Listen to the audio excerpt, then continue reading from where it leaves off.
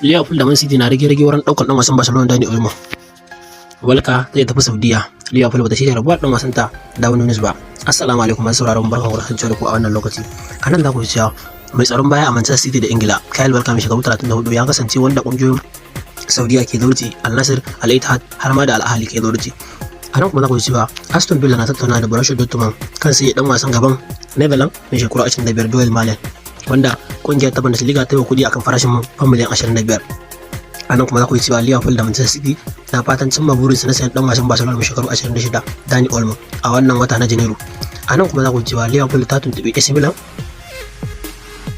wurin sayan dan wasan Darwin Núñez mai shekaru 25 duk da ɗin da ke yaɗawa a Italiya cewa zai je zaman aro ne na wata 6 kan fam miliyan 41.5. Arsenal na bibiyar dan wasan Brighton dan asalin ƙasar Northern Ireland, dan wasa Ivan Ferguson mai shekaru 21 duk da kalubale da kungiyar ta Arsenal ke fuskanta daga Fulham da ma West Ham.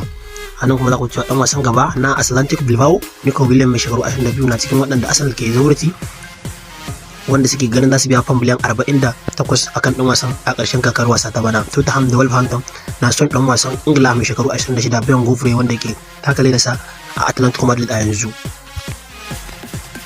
Ku kasance da mu a kowane lokaci. Ku je ku yi follow din sannan ku yi subscribe don bibiyar a shafin mu na sada zumunta.